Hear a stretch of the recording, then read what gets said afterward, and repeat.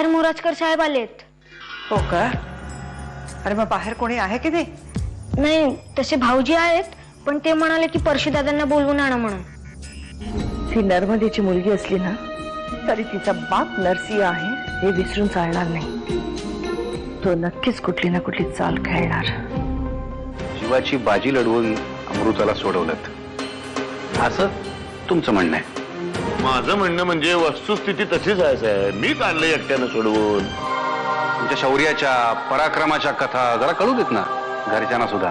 कारण आश्चर्याची गोष्ट अशी आहे की ज्या राघोबाला तुम्ही तुमचा माणूस मानताय तो राघोबा अमृता अपहरणाच्या वेळेला इंदुलकरशी संपर्कात होता. इंदुलकरच्या खोलीत जी सिम कार्ड मिळालेली आहे त्याच्यावरनं असं लक्षात येतंय की हा इंदुलकर रोज नियमितपणे एका नंबरशी संपर्कात होता. तो नंबर तुमचा खास माणूस राघोबा याचा आहे. ते त्यांची चाल खेळून कधीच मोकळे झालेत. म्हणजे अमृता माझ्या प्रेमात पडली आहे असं सांगण्यात आलंय मला. तुला सांगतो काय झालंय, तुला सांगतो.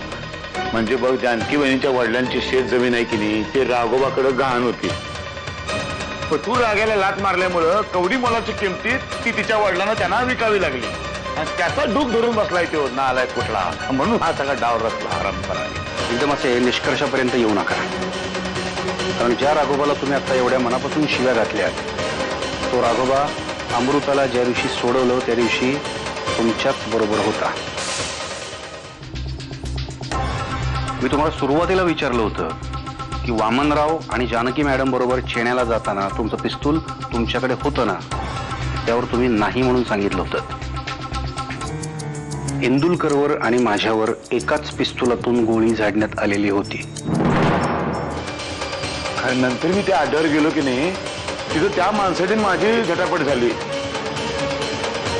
आणि मग त्याची बंदूक माझ्या हातात आली आणि मी इंदुलकरला त्या बंदुकीतनं गोळी मारली.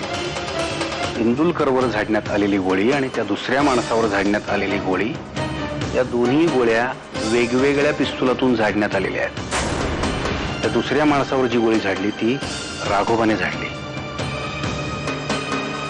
आणि त्याच पिस्तुलातून त्यानं अजून एक गोळी तुमच्यावर झाडली किंवा कदाचित ती तुम्ही त्याला झाडायला सांगितलीत. तू प्लीज काळजी करू नकोस. See, this is my life and please let me handle it. काय हँडल करणार तू? हा, कसं हँडल करणार? खरंच अमृता तुझ्या प्रेमात पडली असेल तर तू तू कसं कसं उत्तर देणार अजून? प्लीज काय करशील? मम्मा, मी अमृताला उत्तर ऑलरेडी दिलंय. म्हणजे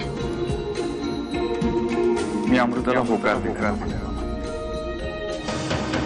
कारण तुम्ही प्रत्येक वेळेला काहीतरी वेगवेगळ्या स्टोऱ्या ऐकवता आणि पोलिसांबरोबर तुमच्या घरच्यांची दिशाभूल करताय. I am sorry. मला चौकशी करता तुम्हाला ताब्यात घ्यायलाच लागेल. अरे दादा, हे काय बोलताय ते? आता 4 वेळा चौकशी केली की नाही तर मग तिथं जाऊन आम्ही काय वेगळी चौकशी करणार आहे? बोरासकर साहेब,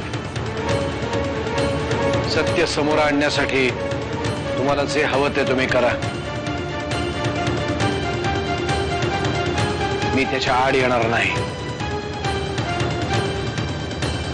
आता जे काय होणार आहे ना त्याची फळं आपल्यालाच भोगावी लागणार आहेत. पण काय झालं ते तर सांगशील? आर्यन नरसिंहाच्या मुलीशी लग्न करायचं म्हणताय. परशुला जर माझा इतका राग होता तर त्याने तो अमृतावर का काढला? त्याच्याही अंगा खांद्यावर खेळली ती. पण पोलीस काय ते सांगतीलच ना आता. त्याचीच भीती वाटते मला. जे काही होईल ना त्याला दोघं मिळून सामोरे जाऊ. तू अमृताजवळ जाऊन बस. तिला गरज आहे तुझी.